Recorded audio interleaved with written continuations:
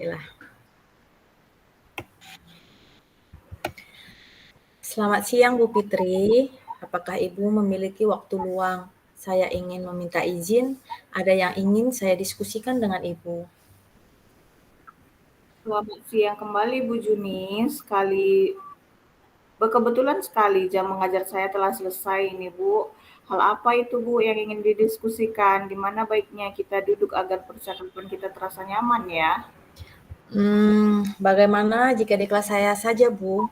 Kebetulan siswa sudah pulang dan kelas saya dalam keadaan kosong. Oke, baiklah kita ke kelas Ibu saja ya. Yuk Bu.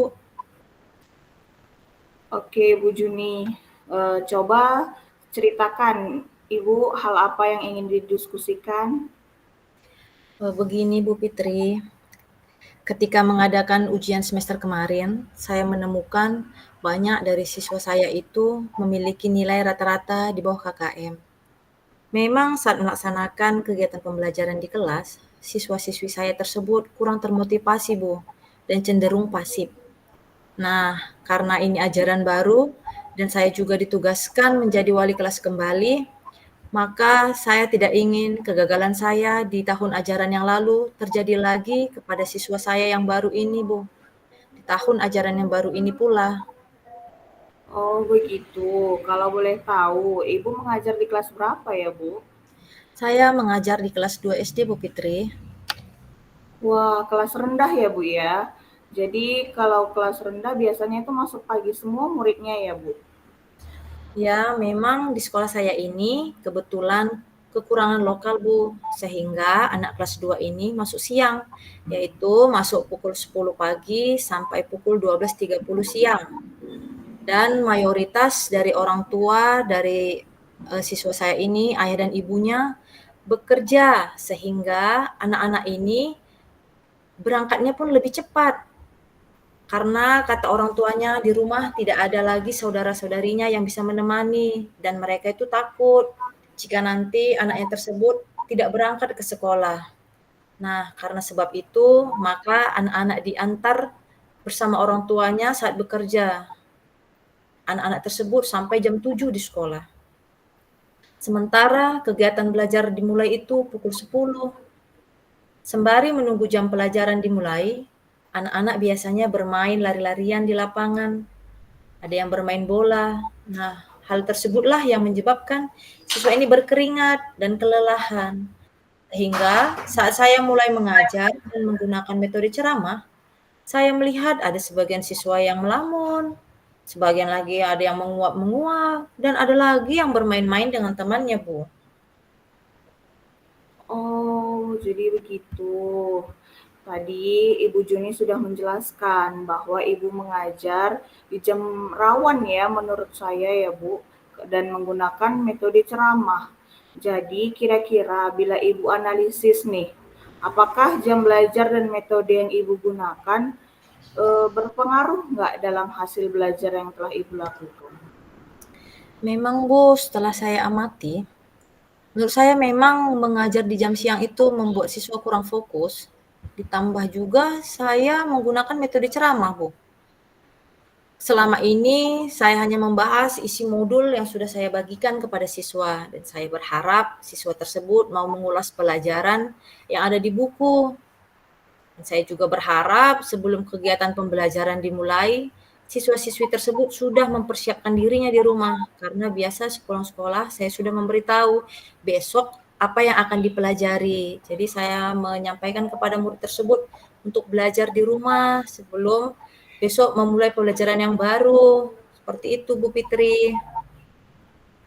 Nah, bila Ibu mengajar di jam siang, mempengaruhi motivasi siswa. Jadi, apakah yang harus Ibu lakukan itu untuk tetap menjaga antusias siswa saat mengikuti jam pembelajaran yang Ibu berikan? Mungkin dengan pemilihan metode yang tepat ya Bu? Ibu tahu bahwa ada banyak metode pembelajaran, Bu. Saya tahu Bu Fitri, karena saya juga pernah melakukan metode kelompok, metode PJBL, nah itu dengan menggunakan media-media pembelajaran. Apalagi di sekolah saya ada Infocus Bu, jadi saya bisa menggunakan media PowerPoint. dengan menayangkan video pembelajaran. Memang saat saya melakukan metode tersebut dengan menggunakan media-media pembelajaran, saya perhatikan siswa-siswi saya tersebut tidak ada lagi yang bermain-main, Bu. Tidak ada yang bermain dengan temannya, tidak ada lagi yang menguap, tidak ada lagi yang melamun. Mereka semua sibuk karena memperhatikan tayangan video saya tersebut di layar infocus dan mereka sibuk menonton video yang saya bagikan, Bu.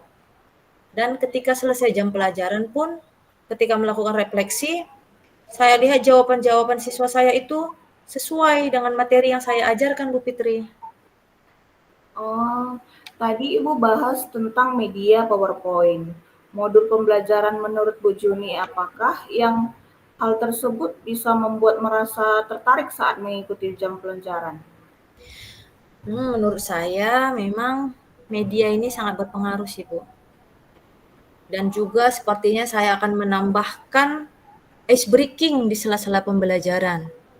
Karena menurut saya di jam siang itu kan jam-jam rawan ngantuk.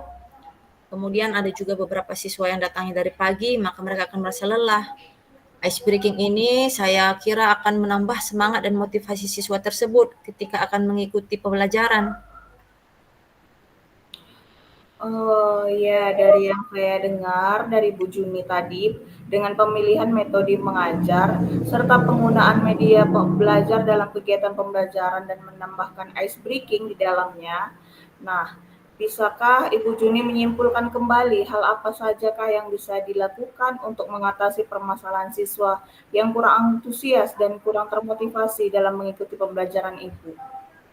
Ya Bu Fitri, setelah saya analisis dan amati, ternyata metode dan media pembelajaran sangat bermanfaat untuk meningkatkan motivasi belajar siswa. Selama ini saya beranggapan penggunaan metode ceramah dan hanya mengulas materi di modul saja tanpa menggunakan media itu sudah cukup menjadi bahan ajar saya. Dan selain itu, media pembelajaran juga menambah daya tarik siswa.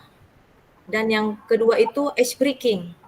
Saya kira juga ice breaking ini di sela-sela pembelajaran setelah selesai materi, sebelum melaksanakan refleksi atau setelah melaksanakan refleksi, ice breaking ini sepertinya cocok ditambahkan dalam kegiatan pembelajaran untuk mengaktifkan kembali siswa-siswa yang sudah merasa jenuh dan bosan agar mereka tidak mengantuk saat melanjutkan pembelajaran berikutnya.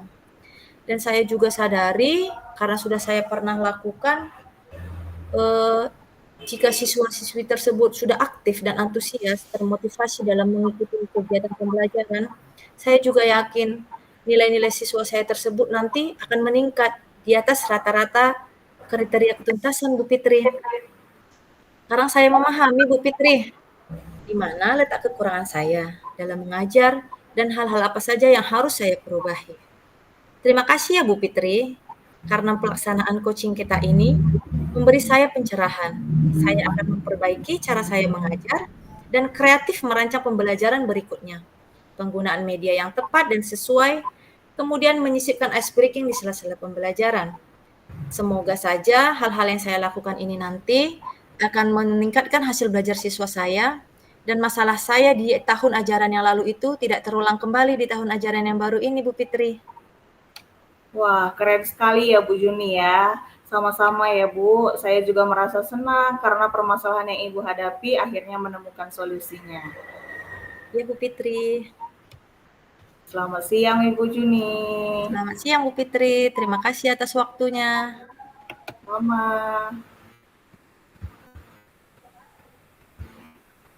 Kita langsung.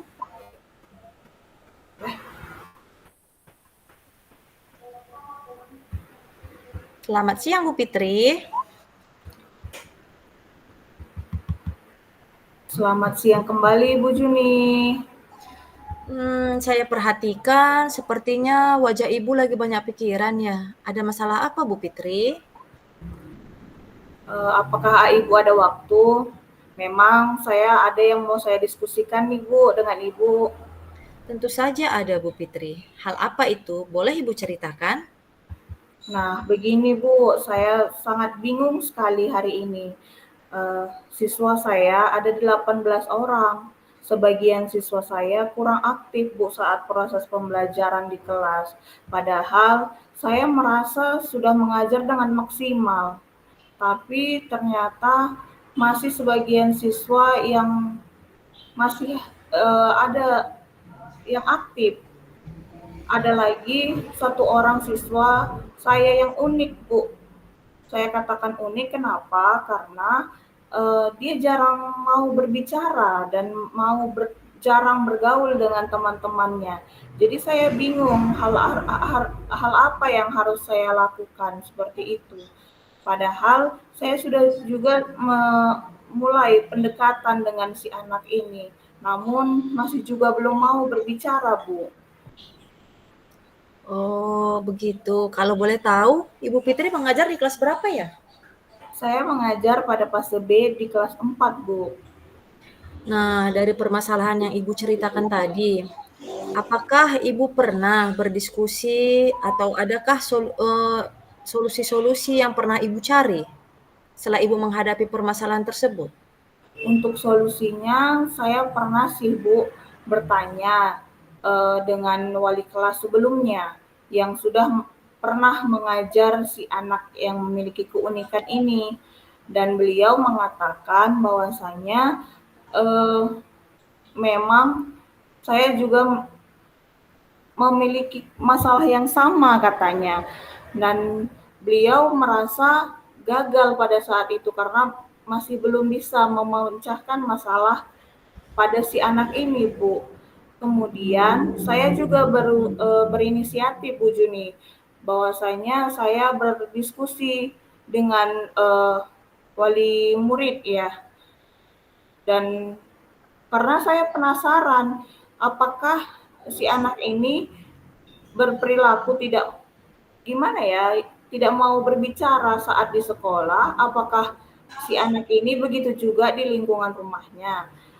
Dan orang tuanya itu berbicara bahwasanya mengatakan bahwasanya eh, si anak ini tidak begitu saat di rumah. Jadi saya semakin penasaran, Bu Juni.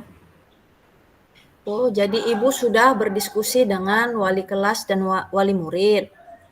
Nah, dari hasil diskusi Ibu itu, apakah Ibu sudah menemukan solusi apa? Apakah penyebabnya si anak ini tadi, makanya dia jarang berbicara atau jarang berinteraksi dengan teman-temannya?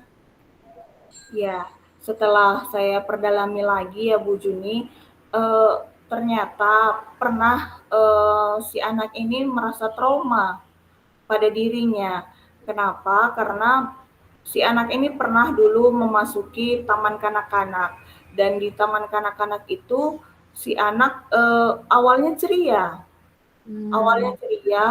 lalu si anak ini ada merasa tertekan karena sedikit terbentak oleh guru taman kanak-kanaknya dulu.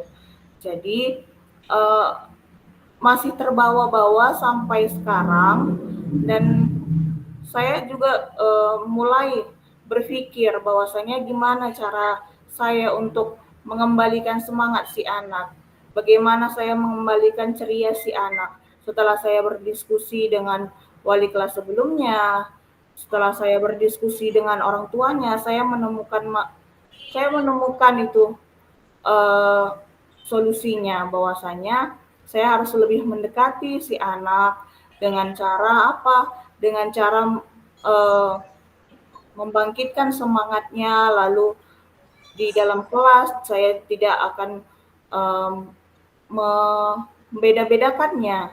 Lalu saya juga dengan masalah si anak ini tadi, saya juga termotivasi Bu Juni, bahwasanya saya akan merencanakan pembelajaran untuk kedepannya yang akan diselingi dengan game-game yang seru seperti itu pada saat pembelajaran yang saya buat itu untuk memicu semangat dan konsentrasi si anak ini tadi.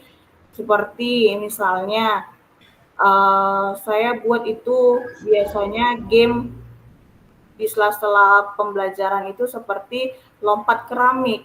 Lompat keramik itu di mana artinya ada keramik 1, 2, 3, dan 4. di keramik itu saya akan bermain perkalian. Jadi di sela-sela itu pasti anak-anak akan bersorak, akan berkolaborasi dengan teman-temannya. Dari situ saya yakin si anak ini tadi mau berbaur dengan teman-temannya, lalu memiliki semangatnya lagi, akan antusias lagi dalam pembelajaran. Lalu dengan begitu saya rasa akan memacu apa ya, daya semangatnya, cara bicara dia, seperti itu. Saya rasa itu akan berhasil nanti Bu Juni.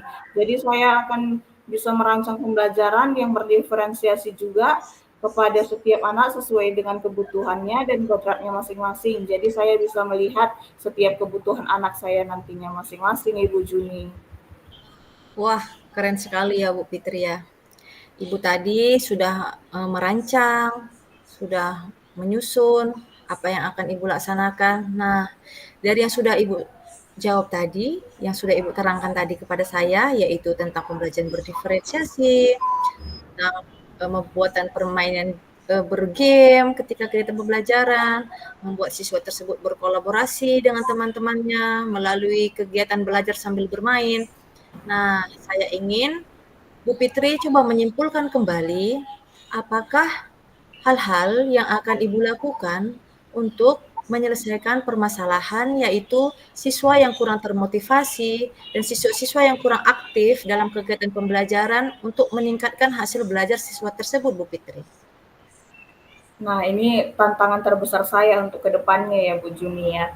Bahwasanya ke depan saya bisa lebih merancang pembelajaran yang lebih menarik, yang bisa saya kolaborasi dulu, berdiskusi dulu dengan teman-teman sejawat saya, dengan wali-wali kelas sebelumnya, karena saya baru dengan murid baru ini, eh, jadi masih butuh apa ya, beradaptasi dengan anak-anak baru ini ya Bu Junia. Lalu berdiskusi juga dengan kepada orang tua siswa yang bersangkutan agar lebih mengetahui lagi lebih dalam sikap anak saat di rumah dan di sekolah. Itu sangat perlu saya rasa. Kemudian saya akan memulai pembelajaran yang menarik di kelas dengan menampilkan video-video pembelajaran dan menyelingi game-game pada saat pembelajaran berlangsung yang bertujuan untuk memancing suara sorak setiap siswa saya di kelas nantinya. Saya yang sehingga anak saya tadi yang memiliki keunikan tadi bisa mulai berbaur dengan teman-temannya yang lain.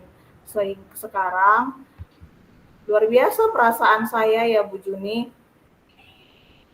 Saya sekarang sudah memiliki pencerahan setelah kita melakukan coaching uh, dengan ibu, dan sekarang saya merasa lega Bu, karena dengan adanya coaching ini sangat membantu saya sekali dalam saya berpikir menemukan ide dan solusi atas permasalahan yang saya hadapi ini Bu, karena saya rasa sebelumnya ini permasalahan yang sangat berat saya rasa karena ada anak seperti itu. Terima kasih atas kesediaan waktunya Bu Juni, telah mau mendengarkan segala curahan hati saya dari awal hingga akhir ini.